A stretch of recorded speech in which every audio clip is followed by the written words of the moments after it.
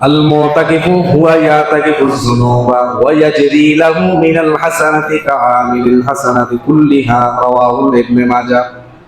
ইবনে মাজাহ শরীফের হাদিস।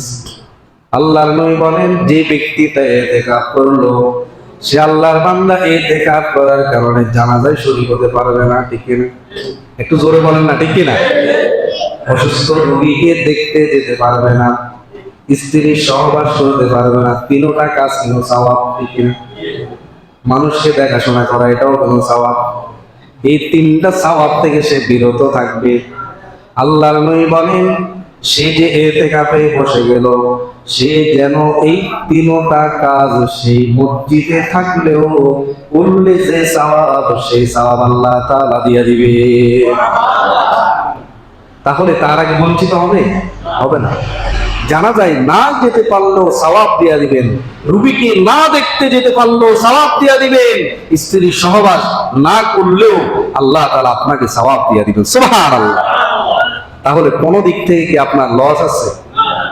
লস ক্ষতি আছে? লাভ লাভ লাভ।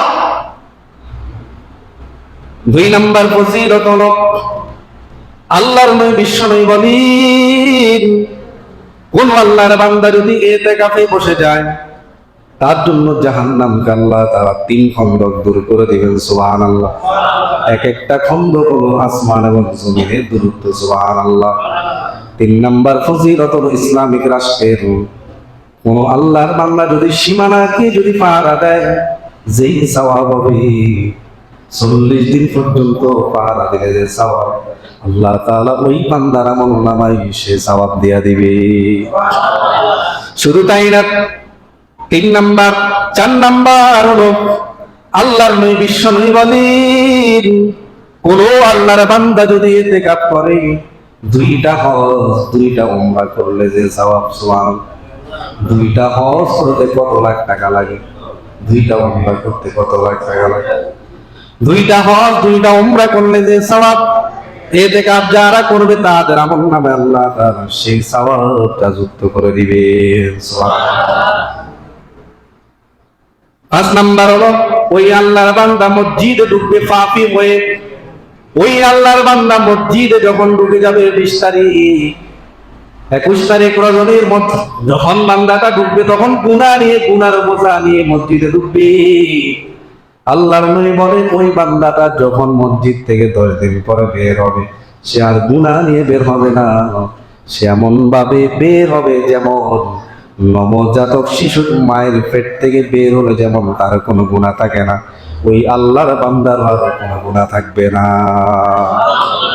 আর একটু আস্তে বলেন সুবহানাল্লাহ। তাহলে ইতিকাফ করলে লাভ না ক্ষতি? কথা জোরে বলেন, লাভ না ক্ষতি? তাহলে আমরা যাদের সামর্থ্য আছে, কোনো কাজ নাই, কাজকে পারেক করেন। যখন মরে যাবেন তখন অত কাজ রেখে মরবেন, ঠিক না?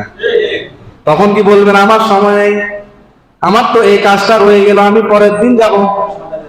এই কথা বললে কি চলবে? না। দুনিয়াটা কোনো দারুল আসকার, দুনিয়াটা হলো এমন, যে দুনিয়াটা হলো এমন, দুনিয়াতে সমস্যা একটার পর একটা আসতেই থাকে, ঠিক না? কেউ কি এখন পর্যন্ত বলতে পারছে আমার কোনো সমস্যা নাই? বলতে পারবে? বলে এই সমস্যার পরে আমি পারে হয়ে যাবো, বলে আরেকটা চলে আসে কিনা?